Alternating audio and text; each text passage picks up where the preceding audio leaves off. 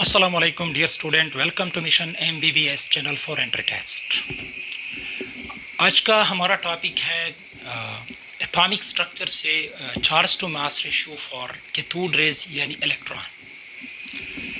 तो इस टॉपिक में हमारे साथ जो कंटेंट है, टेबल ऑफ कंटेंट है, इसमें हमारे साथ हिस्ट्री, कंस्ट्रक्शंस, वर्किंग, इक्वेशन और इसके साथ लास्ट में हम MCQs को भी डिस्कस करेंगे।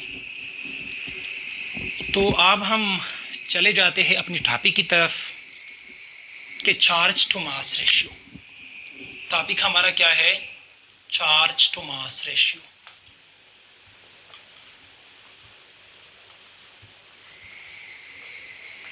Charge to mass ratio for cathode rays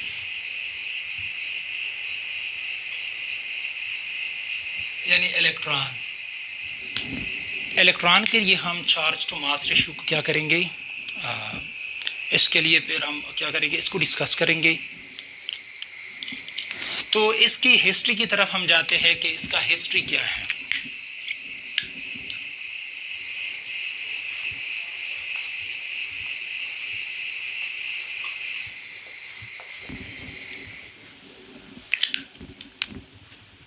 तो इसका हिस्ट्री क्या है? ये 1897 में इसको इन्वेस्टिगेट किया गया था बाय जे थॉमसन। साइंटिस्ट कौन था? जे थॉमसन था, जो कि एक ब्रिटिश फिजिस्ट था। उसने charge to mass ratio for cathode rays यानी इलेक्ट्रॉन के लिए उसने क्या किए थे? इन्वेस्टिगेट किए थे। और जे थॉमसन का जो कंट्रीब्यूशन है टुवर्ड्स कैथोड रेज ये काफ़ी इम्पोर्टेंट का हामिल है, क्योंकि ज़्यादा वर्क उसने किया था इसके ऊपर। तो इसके साथ उसने क्या कर दी, अब हम इसकी वर्किंग, इसकी कंस्ट्रक्शन की तरफ जाते हैं। क्योंकि उसने जो एक्सपेरिमेंट किया था, जो प्रोसेस किया था, जो सेटअप इस्तेमाल किया था for to investigate the charge to mass ratio, तो इसके लिए जो कंस्ट्रक्शन है हम थोड़ा सा वो डिस्कस करते हैं। तो कंस्ट्रक्शन में जो सेटअप था, इसकी कंस्ट्रक्शन में क्या चीज़ थी, कौन कौन से कंपोनेंट थे? इसमें ग्लास ट्यूब था, जो कि क्या था? Partially field with gases, partially field with gas, जो कि गैस से थोड़ा सा क्या था? फील था। और इसके साथ दूसरा पार्ट क्या था? Electrode.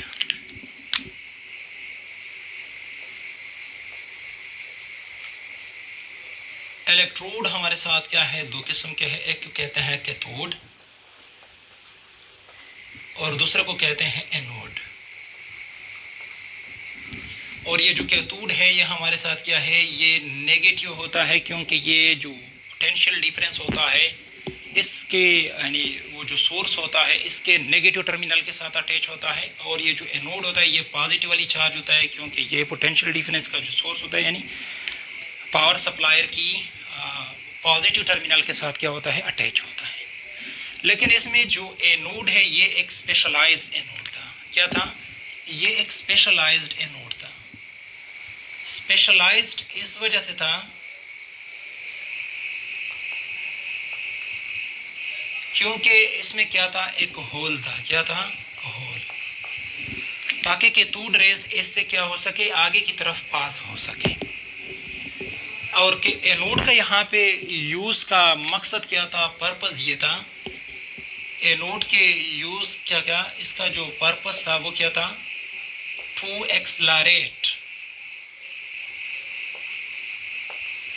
Accelerate the cathode rays, कि कैथोड रेज को क्या कर ले? एक्सलरेट कर ले, इसको स्पीड अप कर ले towards the magnetic and electric field, यानी इस साइड पे इसको क्या कर ले? इसको एक्सलरेट कर दे। इसके साथ हमारे साथ क्या लगा था, fluorescent screen.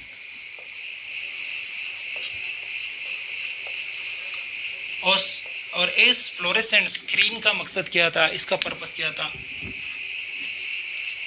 To detect the cathode rays, कि हम कैथोड रेस को क्या कर ले, इसको डिटेक्ट कर ले।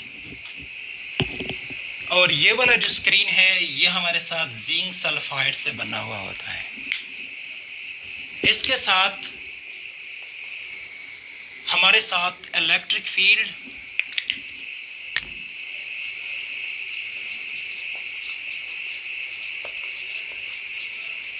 एंड मैग्नेटिक फील्ड,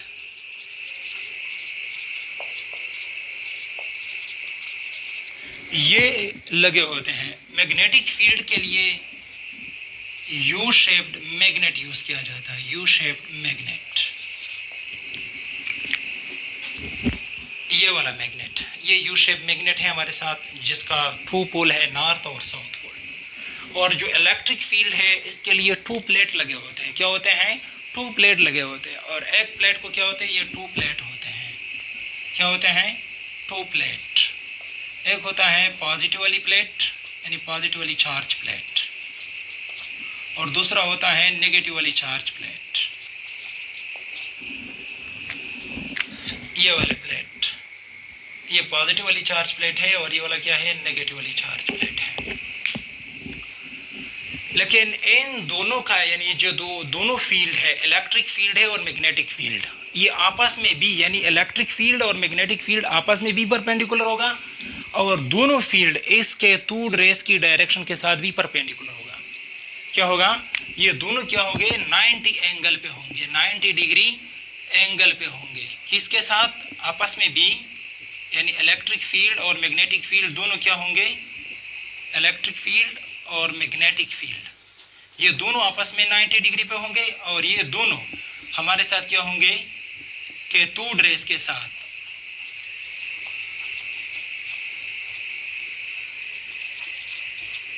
यानी इलेक्ट्रॉन के साथ भी क्या होंगे, 90 डिग्री एंगल पे होंगे।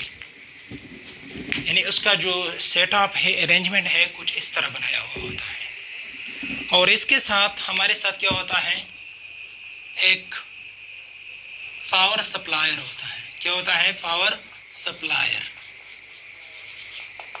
यानी ईएमएफ सोर्स। ये वाला ईएमएफ सोर्स होता है, यानी बैटरी कोई पावर का सोर्स होता है जो कि पावर सप्लाई करता है कैथोड और कैथोड और एनोड के लिए। अब क्या है, हमने क्या शुरू करना है, अब हम वर्किंग की तरफ जाते हैं।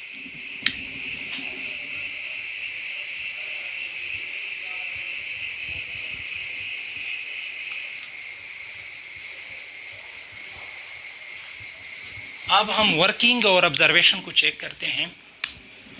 तो उसने जब इतना सारा सेटअप कर दिया तो उसने क्या कर दी, वर्किंग शुरू कर दी। तो वर्किंग में फर्स्ट उसने क्या कर दी, उसने कैथोड रेस को क्या कर दी, बम्बार्ड कर दी। लेकिन शर्त ये रखा, बम्बार्डेड दी कैथोड रेस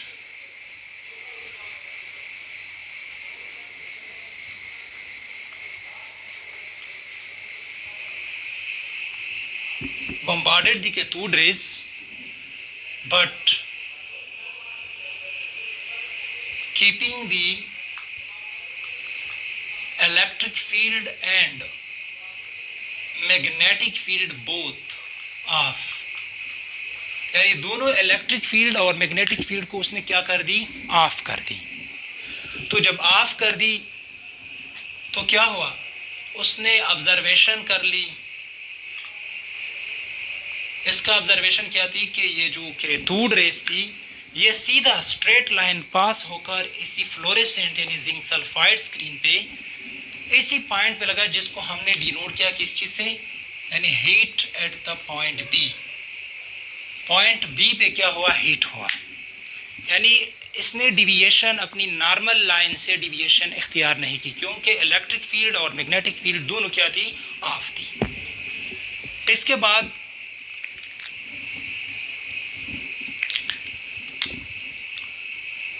सेकेंड अटेम्प्ट में उसने क्या कर दी, अप्लाइड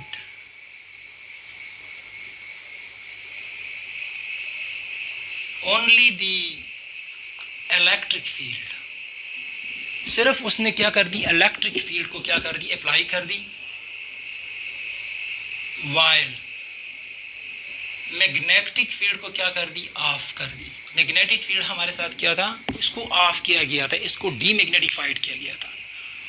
तो जब इस तरह का प्रोसेस था तो उसने क्या कर दी, उसने ऑब्जर्वेशन कर दी, उसने कंक्लूजन डिराइव किया। जब इसने इस रेस को पास कर दी, यहाँ पे क्या था, हमारे साथ जो मैग्नेटिक फील्ड था ये ऑफ था और इलेक्ट्रिक फील्ड को उसने क्या कर दिया था, ऑन किया था।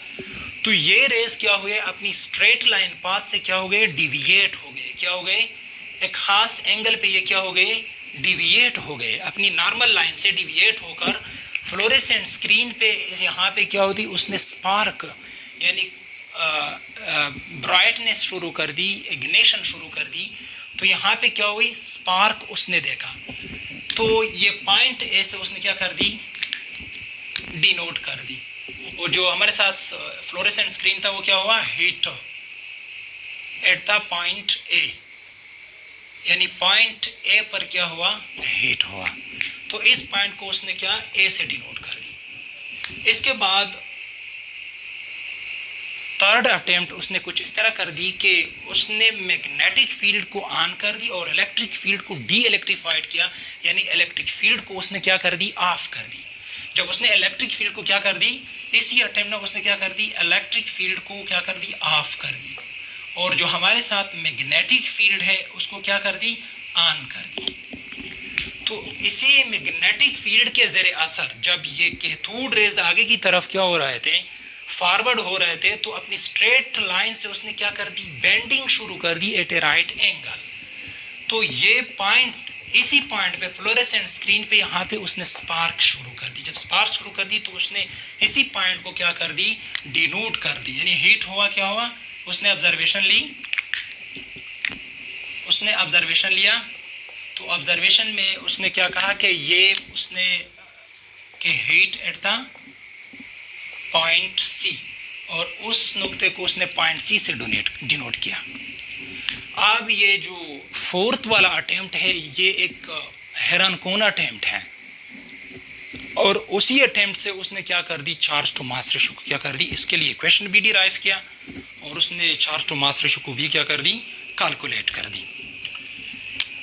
तो फोर्थ वाला अटेम्प्ट कुछ इस तरह था कि उसने इलेक्ट्रिक फील्ड को भी एंड मैग्नेटिक फील्ड बोथ, यानी दोनों electric field and magnetic field को क्या कर दी, अप्लाई कर दी सिमल्टेनियसली। बैक वक्त इसने दोनों फील्ड को अप्लाई कर दी। तो दोनों फील्ड की अप्लाई भी कुछ इस तरह थी कि ये बैलेंस्ड थी। क्या थी, बैलेंस्ड, यानी इसमें उसने कुछ ऐसी मैनिपुलेशन कर दी कि हमारे साथ जो मैग्नेटिक फील्ड है और इलेक्ट्रिक फील्ड है ये हमारे साथ क्या हो, मुतवाज़ुन हो, बैलेंस्ड हो। तो फिर उसने क्या कर दी, ऑब्जर्वेशन शुरू कर दी। तो ऑब्जर्वेशन में उसने क्या देखा कि हमारे साथ जो कैथोड रेस थी यानी इलेक्ट्रॉन्स, ये हीट हुआ क्या, same at the point B, heat at the point B, यानी जो फ्लोरेसेंट स्क्रीन था इसकी एग्जैक्ट पॉइंट बी पे क्या हुआ, उसने ऑब्जर्व किया कि यहाँ पे उसने स्पार्क शुरू कर दी। तो ये जो फोर्थ वाला अटेम्प्ट, उसका मकसद ये था कि मैंने ये वाला अटेम्प्ट इस तरह कुछ हासिल करना है जिस तरह मैंने दोनों फील्ड ऑफ करके इस पॉइंट पे हमने स्ट्राइकिंग को यानी हीटिंग को क्या किया था, हासिल किया था। तो अब दोनों फील्ड को मैंने इस तरह मैनेज करना है, इसको इस तरह मैनिपुलेट करना है कि अगेन हमारे साथ जो हीटिंग पॉइंट है वो बी रहे। तो वो तब पॉइंट बी रहा कि जब उसने दोनों फील्ड को क्या कर दी, ऑन भी कर दी और इसको इस तरह मैनिपुलेट कर दी कि इलेक्ट्रिक फील्ड का जो मैग्नीट्यूड था वो मैग्नेटिक फील्ड के मैग्नीट्यूड के साथ क्या हुआ, इक्वलाइज हुआ। तो अब ये क्यों इस पॉइंट पे गिरा, इसकी वजह ये था कि यहाँ पे देख ले जो नॉर्थ से साउथ की तरफ नॉर्थ से साउथ की तरफ रेज यानी मैग्नेटिक लाइंस यानी मैग्नेटिक फ्लक्स आ रहा था, तो इससे जो फोर्स पैदा हो रहा था, क्या हो रहा था, जो फोर्स पैदा हो रहा था मैग्नेटिक फोर्स, क्या था, मैग्नेटिक फोर्स। और इस तरह जो इलेक्ट्रिक फील्ड की वजह से, यानी इस तरफ ये जो रेज आ रहे थे और इसकी वजह से जो इलेक्ट्रिक फोर्स पैदा हो रहा था, तो ये दोनों इलेक्ट्रिक फोर्स और मैग्नेटिक फोर्स, ये दोनों क्या थे, इक्वल थे और अपोजिट इन डायरेक्शन थे। यानी फॉर एग्जांपल एक अपवर्ड था तो दूसरा क्या था, डाउनवर्ड था।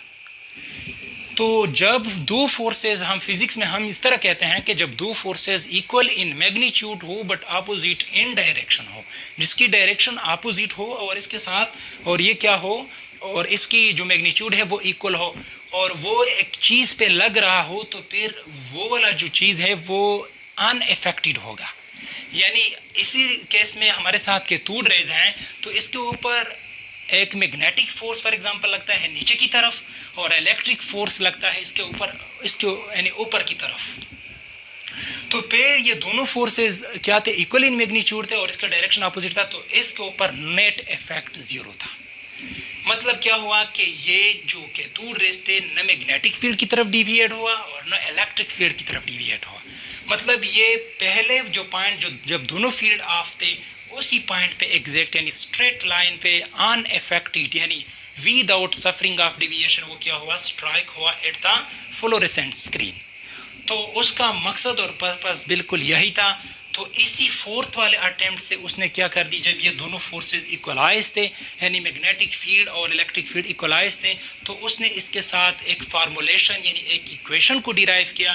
तो वो इक्वेशन क्या था हमारे साथ, लास्ट में जो उसने इक्वेशन डेवलप किया था वो इक्वेशन हमारे साथ क्या था, वो इक्वेशन हमारे साथ था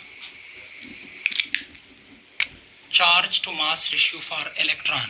charge to mass ratio for electron क्या था, E और B स्क्वायर R।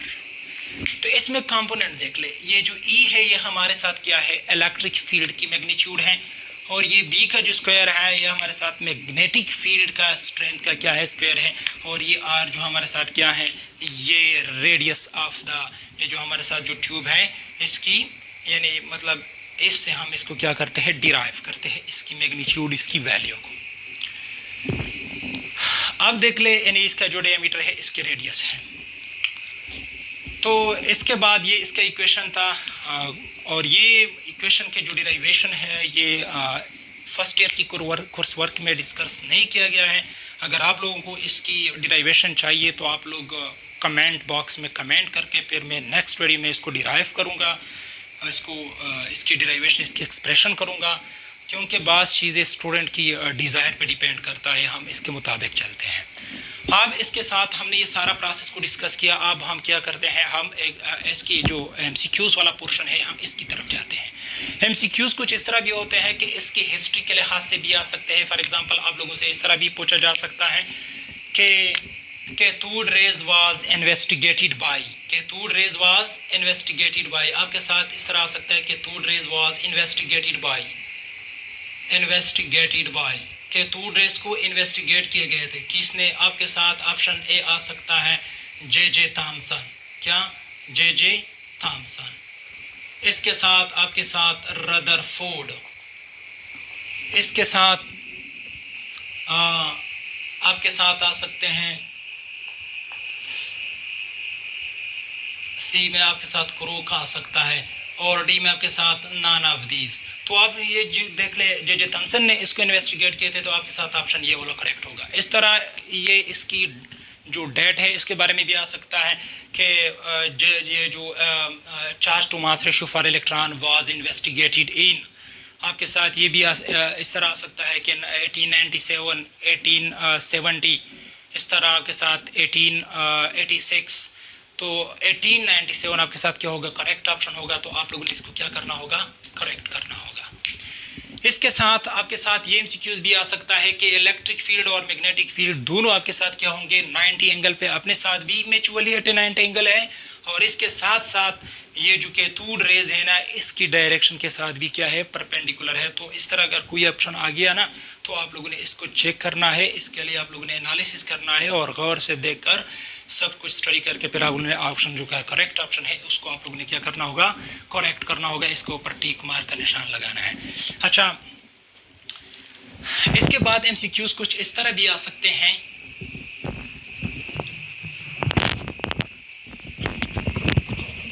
इस तरह आपके साथ एमसीक्यूज आ सकता है कि जो फ्लोरेसेंट स्क्रीन है ये इसमें लगाया होता है, तो किस चीज़ से बना होता है, आपको ये दिया जा सकता है कि zinc sulphide, cadmium sulphide, iron sulphide. तो आप लोगों ने जिंक सल्फाइड को क्या करना है, इसको आप लोगों ने सेलेक्ट करना है। इस तरह ये भी आ सकता है कि आप लोगों के साथ ये जो एनोड था, ये कौन सा एनोड था, ये आपके साथ क्या था, होल्ड एनोड, यानी इसके जो मतलब इसके अंदर सुराख था यानी होल था, और इसका मकसद क्या था, to accelerate the cathode rays.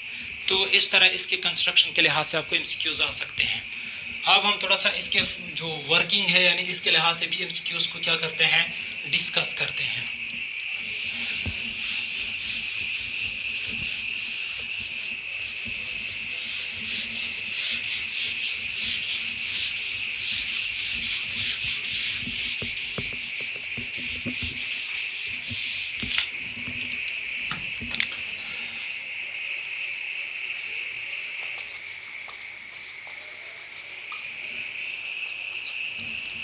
तो एमसीक्यूज कुछ इस तरह भी आ सकता है, इम्पॉर्टेंट एमसीक्यू काफ़ी इम्पॉर्टेंट है, कि इस तरह है कि charge to mass ratio, charge to mass ratio,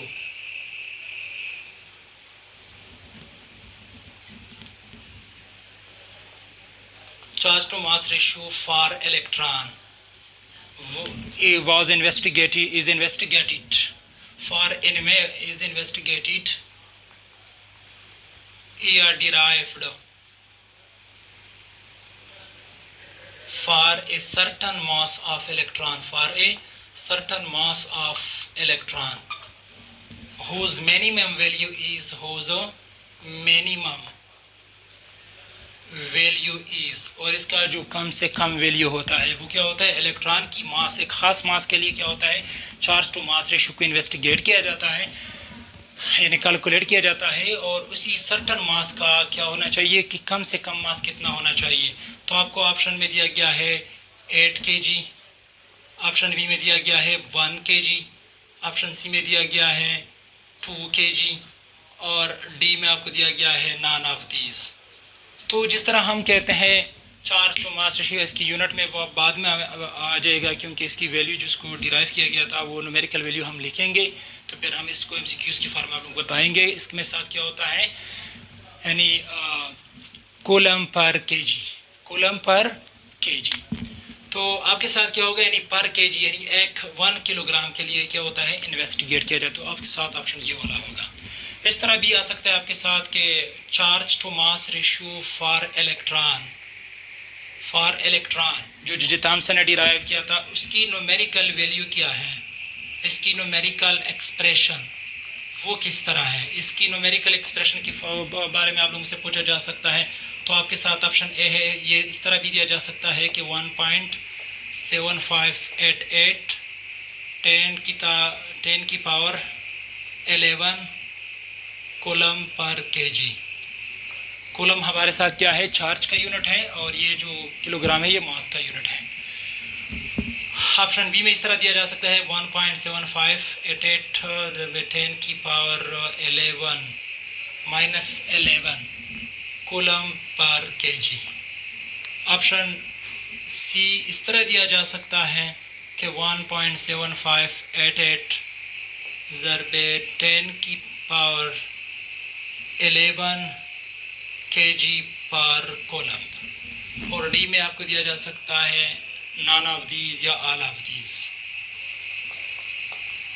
तो आपके साथ क्या होना है, जिस तरह उसने न्यूमेरिकल वैल्यू उसका इन्वेस्टिगेट किया था, उस वैल्यू उसका न्यूमेरिकल वैल्यू क्या था 1.7588 ज़रबे 10 की पावर 11 कूलम पर केजी, यानी 1 किलोग्राम मास ऑफ इलेक्ट्रॉन के लिए उसने ये वाला रेशियो को क्या किया था, डिराइव किया था, ये वाला एक्सप्रेशन उसने। तो ये वाले देख ले, ये वाला ऑप्शन इसमें मौजूद है, तो आपके साथ क्या होगा, करेक्ट ऑप्शन ये होगा। यानी आपके साथ आपके लिए यूनिट भी चेंज कर सकते हैं ऊपर नीचे, और ये जो पावर की वैल्यू है इसको चेंज किया जा सकता है, और ये वाला सामने वाला जो भी हो चाहे वो कर सकता है, लेकिन आप लोगों ने ध्यान करके करेक्शन लगाना होगा। इसके बाद ये भी हैं MCQ, इस तरह भी आ सकता है, the correct statement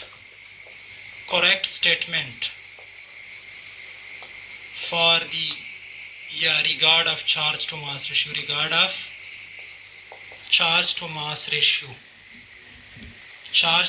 ratio for electron या वैसे फॉर ए पार्टिकल, जनरली वो भी पूछ सकता है। फॉर एग्जांपल हम यहाँ पर क्या करते हैं, इलेक्ट्रॉन के लिए लिखते हैं या कोई वैसे पार्टिकल के लिए लिखते हैं, चार्ज पार्टिकल के लिए जो हमारे साथ चार्ज पार्टिकल होता है, तो इसके ऊपर इसका क्या इफेक्ट होता है, यानी वो कौन सा हमारे साथ स्टेटमेंट ठीक है। हम इस तरह कर सकते हैं कि increases with the mass of the particle का जो मास है इसके साथ। Option B, in decrease with the mass of the particle. D, not affected by mass, यानी मास इसको इफेक्ट नहीं कर रहा है। ऑप्शन सी था, और ये ऑप्शन डी आपके साथ नॉन ऑफ दीज। तो ये आपके साथ देख ले, ये मास आपके साथ क्या है, डिनोमिनेटर में अगर इसकी मास बढ़ रहा हो और इसकी चार्ज अब आपके साथ क्या है, कांस्टेंट रखा गया है, तो ये डिनोमिनेटर में है, तो इसका इफेक्ट क्या होगा कि चार्ज टू मास रेशो क्या करेगा, इसको डिक्रीज करेगा। तो आपके साथ ऑप्शन क्या होगा, ऑप्शन बी क्या होगा, आपके साथ करेक्ट होगा। इस तरह अगर आपसे ये पूछा जाए कि the correct statement for regard of charge to mass ratio of the particle, यहाँ पे यानी मास के लिहाज से वो चार्ज की बात करे, क्या कर दे, चार्ज की बात कर दे कि increase with the charge, decrease with the charge, not affected by the charge, या नॉन ऑफ दीज। तो देख ले, अगर इसका जो चार्ज है ना ये बढ़ रहा है तो ये नॉमिनेटर में है, तो एग्जैक्टली नॉमिनेटर का इफेक्ट पॉजिटिव की तरफ होगा, मतलब इसकी क्या होगी, increase with the charge. Charge की इंक्रीज होने के साथ क्या होगा, इसको यानी ये बढ़ जाएगा। इस तरह हम इसकी डिविएशन की तरफ जाते हैं कि इसकी डिविएशन के ऊपर क्या इफेक्ट होता है। फॉर एग्जांपल आपके साथ क्या हुआ, कहते हैं कि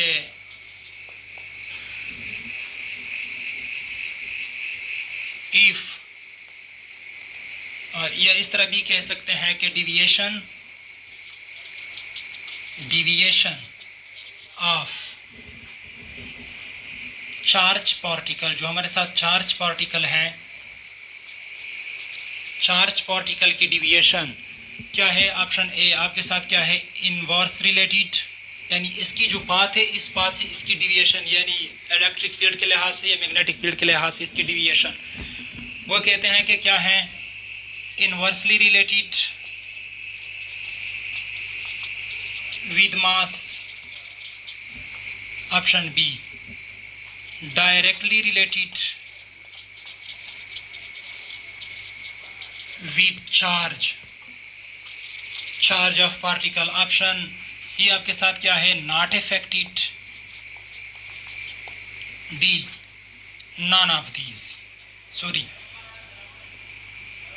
ए सी नॉट अफेक्टेड में आप बोथ ए एंड बी लगाए, बोथ ए एंड बी, और डी में नॉन ऑफ दीज। तो इसमें आप लोगों ने क्या करना है, ये ऑप्शन वाले यानी बोथ ए एंड बी, इसको करेक्ट है, क्योंकि अगर आप देख ले तो जितना मास क्या होगा कम होगा तो इसकी डिविएशन, यानी लाइट पार्टिकल होगा तो डिविएशन इसकी क्या होगा, या मैग्नेटिक फील्ड या इलेक्ट्रिक फील्ड की तरफ क्या होगा, ज़्यादा या कम होगा, क्योंकि मास के ऊपर डिपेंड है। मास ज़्यादा है तो डिविएशन कम होगा, मास कम है तो डिविएशन ज़्यादा होगा, यानी मतलब इन्वर्स रिलेटेड है। इसके साथ डायरेक्ट रिलेटेड, चार्ज ज़्यादा होगा तो डिविएशन ज़्यादा होगा, चार्ज कम है तो डिविएशन कम होगा। तो आपके साथ क्या होगा, option both A and B क्या होगा, करेक्ट होगा। ये इस तरह का एमसीक्यूज भी आपको आ सकता है।